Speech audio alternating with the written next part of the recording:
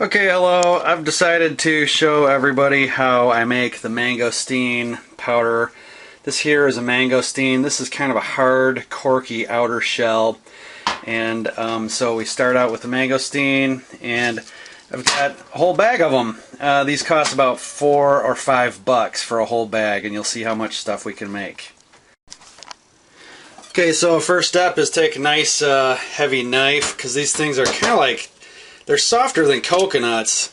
You can see, I mean, it goes kind of, I guess it goes through pretty easy, but you cut them in half. Here's the fruit. I buy these things frozen, so like just when you freeze a banana, it sort of kills the fruit. And I don't use the fruit. It's this hard, corky outer shell. See that kind of yellowy stuff there? That's called xanthones. There's 43 different xanthones in a mangosteen. And there's 200 different xanthones known to mankind. The mangosteen has 43 of them, and xanthone in like Greek or Latin or whatever, xanth or something like that means yellow or yellows. So anyhow, there's 43 different xanthones in the mangosteen, and they're really good for you. What I do is, well, so then I'll get the fruit out of here. Kind of, I'm not going to eat that. It's sort of gross. There are a couple different xanthones in the fruit as well, so at times I've taken the fruit and eaten them as well, and I mean, it's not bad, but it just sort of looks gross. And when you have a fresh mangosteen, these things taste great. They're bright white, and they taste really, really good. So, okay, so just chop them up. And then the next thing you do, for time's sake, I'll just skip to the next step. Okay, not that you need to be shown how to drop mangosteen chunks into a blender, but you know, we're having fun here. So drop all your mangosteen chunks into the blender. Sometimes, actually, you do need to only throw a couple in at a time, because this stuff is sort of wet and it's going to be pasty, so it won't go all the way down. So you know, throw a couple in there like that and blend them up.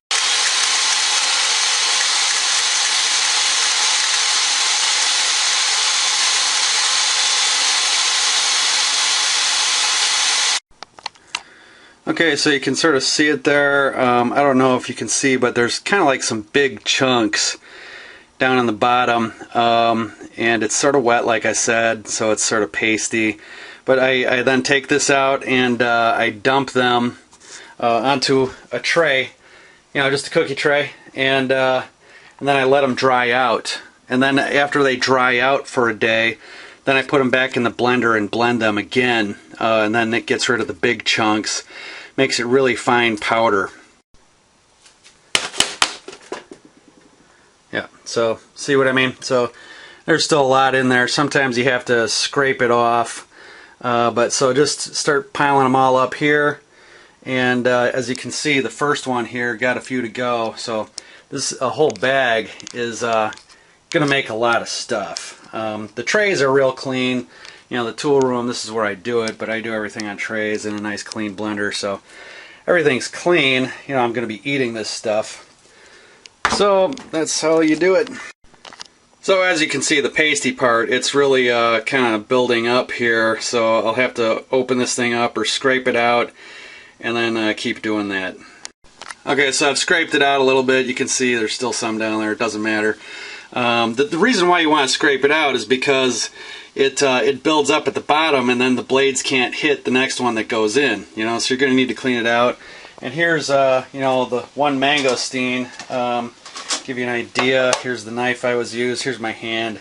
So that's one mangosteen. We're going to do about 10. So we're going to have a big pile here. I've got 3 trays that I'm going to use to spread it out.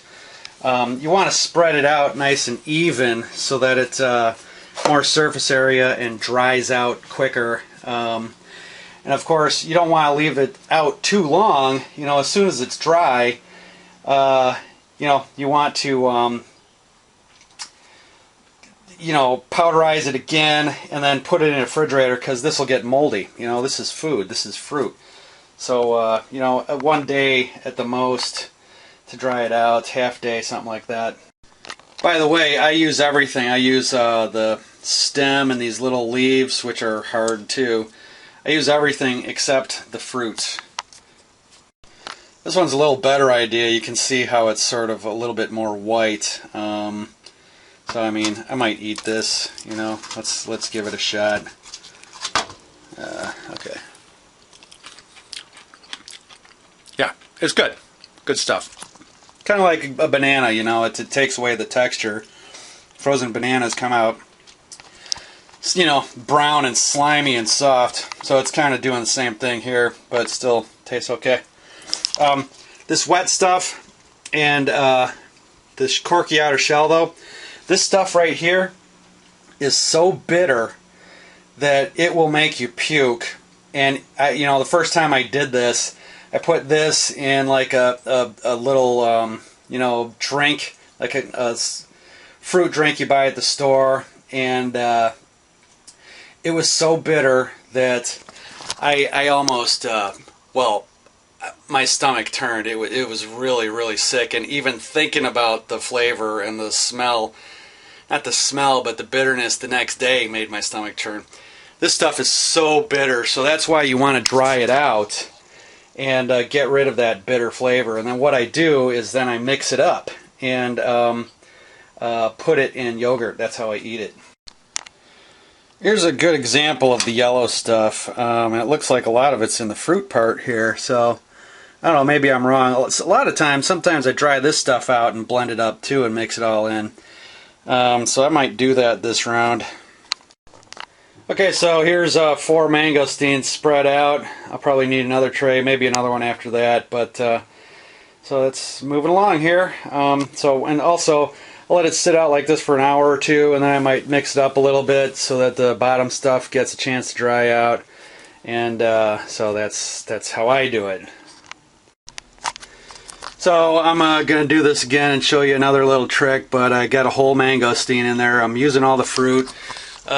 One thing I have is, one thing I say is my memory is very clear, but it's just not accurate. So my memory is that the yellow stuff was, you know, most of the xanthones were in the hard corky outer shell, but cutting these up today, I'm seeing a lot of yellow stuff in the fruit itself, and the kind of the seed that you also eat that's in the fruit is very yellow. So maybe I'm wrong. So I think my new policy from now on is to always add the fruit as well. I want to show you a little trick too.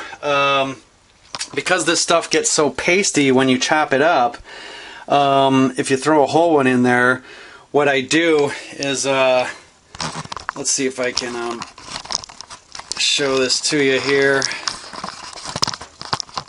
Hold on, sorry.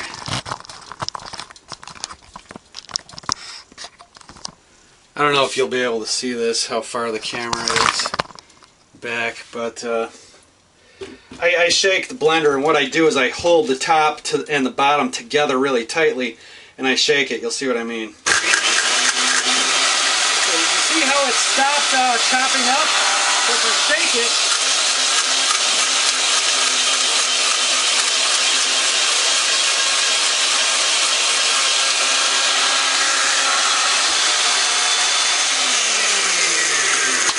If you ever, you know, don't try this at home. There's the legal disclaimer. But, you know, make sure you're holding it tight, because, you know, if you're not holding it tight together, this might pop off, and, you know, you might have a big disaster on your hands. Alright.